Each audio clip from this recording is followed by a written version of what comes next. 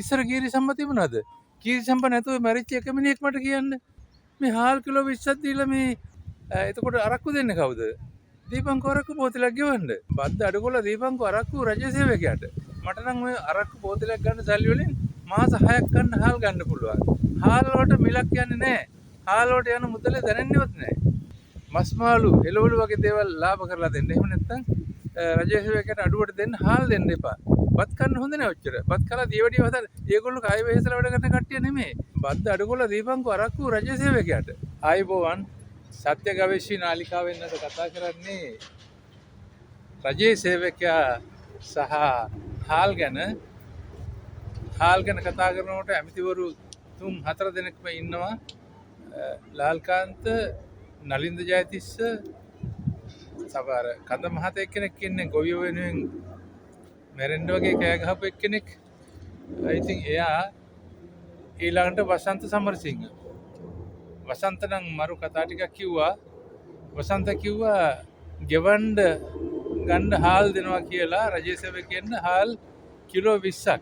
හැබැයි ඔය හාල් කොහොමද ආවේ? හාල් ආනයනය කළා.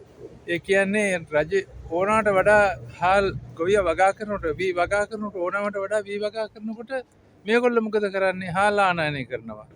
ගොයෙන් කැපෙනකොට මොකද කරන්නේ? හාල් ආනයනය කරනවා. ඒ ආනයනය කරන්නේ මොකටද? එකම පරමාර්ථය ගොවියා විනාශ කිරීම. ගොවියාගේ වී වලට මිලක් නැති කිරීම. ඒක අද ඊයේ නෙමෙයි හැම ආණ්ඩුවකින්ම කරා. හැමදාම එහෙමයි අපි හොඳට බලාගෙන ඉන්නේ. හැමදාම ආනයනය කරන අවශ්‍යතාවයක් නැතුව. අනිත් එක ඔය මට මතකයි ආනයනය කරන්න පටන් ගත්තේ කීරි සම්බ නැහැ කියලා. දෙයියෝ සාකේ කීරි සම්බ මොකටද කීරි සම්බ? ඉස්සර කීරි සම්බ තිබුණාද? කීරි සම්බ නැතුව මැරිච්ච එක මිනිහෙක් මට කියන්න. කීරි සම්බ නැතුව මැරිච්ච එක මිනිහෙක් කියන්නේ කීරි සම්බ නැතුව දුෂ්කරතාවයටපත් වෙච්ච එක මිනිහෙක් ඉන්නවද ලංකාවේ? කිසිම අවශ්‍යතාවයක් නැති දෙයක් කීරි සම්බ කියන්නේ. මේක මේ අත්‍යවශ්‍ය භාණ්ඩයක්. ඒ කියන්නේ අර ලෙඩට බේත් වගේ නැත්තම් මේක නැත්තම් මැරෙනවා වගේ කියලා හිතලා කීරි සම්බ ආනයනය කරනවා කියනවා. ඊට පස්සේ තවත් ආනයන කරන්න කීරි සම්බ විතරක් නෙමෙයි දැන් ඔය වඩා කරලා තිනවා කියන්නේ.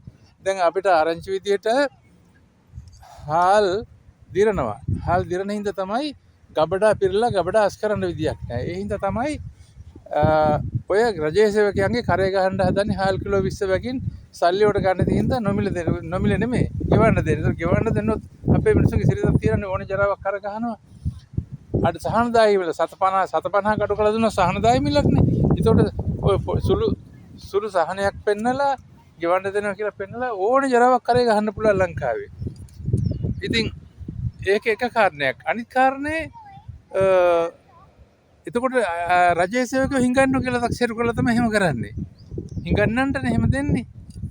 මල්ලි මේ සහෝදරවරුනේ බාල මල්ලි මට වඩා බාලයි මං හිතන්නේ ලාල්කාන්ත. බාලද මන් දන්නේ. මේ ලාල් සහෝදරයා යකෝ උඹ මොන මිනිහනේ උඹ දන්නේ නැද්ද යකෝ බොණ්ඩ බෝතලයක් ගන්න කීයක් යනවාද කියලා. බෝතලයක් ගන්න ඔය හාල් කිලෝ 20ට වැඩිය මුදලක් යන බෝතලයක් ගන්න. එක බෝතලයක් ගන්න රජයේ සේවකයාට හාල් කිලෝ 20ට වැඩිය මුදලක් යනවා නම් මේ හාල් කිලෝ 20ක් දීලා මේ කොච්චර කාලයක් කන්නද හාල් දෙන්නේ? හාල් ගොඩක් දීලා ඉවරලා එතකොට අරක්කු දෙන්නේ කවුද? දීපංකෝ අරක්කු බෝතලයක් ගෙවන්න. අරක්කු බෝතලයක් දීලා හරියන්නේ නැහැ. සාමාන්‍යයෙන් අරක්කු භාගයක් දවසට යනවා නම් අරක්කු බෝතල් 15ක්වත් දෙන්න ඕන රජයේ සේවකයාට ගෙවීමේ ක්‍රමයට. එහෙම නැත්නම් සහනදායී මුදලට. බද්ද අඩු කරලා දීපංකෝ අරක්කු රජයේ සේවකයාට. අපි කියන්නේ එච්චරයි. තනිකර දැන් ඒ කාලෙත් ඔයා කිව්ව මට මතකයි. ඉස්සර විපක්ෂයේ ඉඳදී ලාල්කාන්ත කිව්ව මට මතකයි මේ අරක්කු නෙමෙයි බොන්නේ අපි මේ බදු 90ක් විතර බදු තියෙන්නේ. අරක්කු නෙමෙයි බදු. ඉතින් යකෝ අඩු කරපන්කෝ රජයේ සේවකයට වගේ බද්දෙන් අඩු කරලා දීපංකෝ අරක්කු හාල් මොකටද? මම නම් මට නම් ඔය අරක්කු බෝතලයක් ගන්න සල්ලි වලින් මාස 6ක් ගන්න හාල් ගන්න පුළුවන්. හාල් වලට මිලක් යන්නේ නැහැ. හාල් වලට යන මුදල දැනෙන්නේවත් නැහැ. හාල් වල වියදම දැනෙන්නේවත් නැහැ. අනිත් වියදම් එක සාපේක්ෂව. ඉතින් මේ පාරිභෝගිකයකට හාල් මිල අඩු කරන්න ඕනේ කියලා මේ වැරදි මතයක් විද්‍යා මතයක පිටලා තමයි හැම ආණ්ඩුවම ඔය කැත වැඩේ කරන්නේ. හාල් ආනයනය කරන්නේ හාල් තුට්ටු දෙකට දෙන්න ඕනේ කියලා හිතලා මොකටද තුට්ටු දෙකට දෙන්නේ? ඔය දන්නවද? දැන් මේ ස්කොට්ලන්තේ පවුන් 3.50 අවම බස් ගාතු. ඒ කියන්නේ රුපියල් 1600ක් විතර මට හිතන විදිහට රුපියල් 1500ක් 2000 අතර මුදලක් කරනවා අවම බස් ගාස්තුව. ලංකාවේ කොහමද? ලංකාව රුපියල් 2යි 3යි රුපියල් 10යි 20යි ඔය වගේ ගණන් අවම බස් ගාස්තුව. ඉතින් විලිලැජ්ජයි. ඉතින් ඊට පස්සේ බස් වල පහසුකම් නැහැ. කවදාකවත් AC බස් එකක් දාන්නේ නැහැ. AC බස් නැති හින්දා නේ අපෝ ඔය කාර් ගන්න මිනිස්සු. මම නම් ජීවිතේට කාර් එකක් ගන්නෙ නැහැ. AC බස් තිබුණා නම්. AC නැතුව යන්න බෑ වාහනයක. මේ තැම්බි කොහොමද ඉන්නේ වාහනේ බස් එකක් ඇතුලේ. AC නැති හින්දානේ මේ ගන්නෙ. AC නැති හින්දානේ වාහන වල යන්නේ. ඒක කිසි කෙනෙක් කියලා නෙමෙයි දක්වා. කවටවත් ඕක තේරෙන්නේ නැහැ. AC නැතුව වාහන කියන්න බෑ. අනිත් එක මම රජයේ සේවකයන්ට කියන්නේ රජයේ සේවකයන්ට කියන්නේ බත් නම් කන්න එපා පුතෝ. බත් අවම වශයෙන් කන්න. බත් මේෂ හැන්ද දෙකක් වගේ කන්න. එළවලු මස් මාළු තමයි කන්න ඕනේ. මං කියන්නේ ඒකයි කෘෂිකර්ම ඇමතිලාට මම කියන්නේ මස් මාළු එළවලු වගේ දේවල් ලාභ කරලා දෙන්න. එහෙම නැත්නම් රජයේ සේවකයන්ට අඩුවට දෙන්න හාල් දෙන්න එපා. බත් කන්න හොඳ නෑ ඔච්චර. බත් කලා දියවැඩිය හදන්න. ඒගොල්ලෝ කය වෙහෙසලා වැඩ කරන කට්ටිය නෙමෙයි. ඒගොල්ලෝ එකතන ඉන්න කට්ටිය. එකතන මිනිස්සු බත් ගොඩක් කෑවොත් මොකද වෙන්නේ?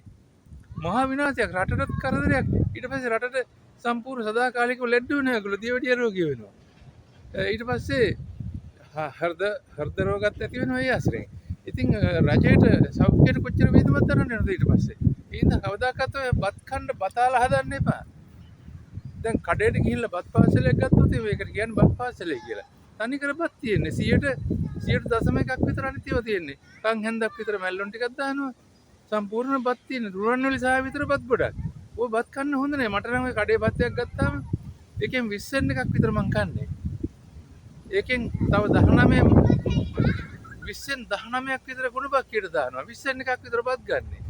ඒකේ තියෙන එළවලු ටික අපිට කන්නත් මදි. බත් 10ක් විතර අරගෙන ඒකේ එළවලු ටික එකතු කරලා බත් වල එක බත් එකක මේස හැන්ද දෙකක් විතර බත් අරගෙන තමයි අපි කන්නේ. අපි කනවා නම් බත් 20ක් විතර අරගෙන එළවලු ගන්න බෑ. ඒ තරම් වැරදි ක්‍රමයකට මේ රට යන්නේ. ඒකයි රට විනාශ වෙලා තියෙන්නේ.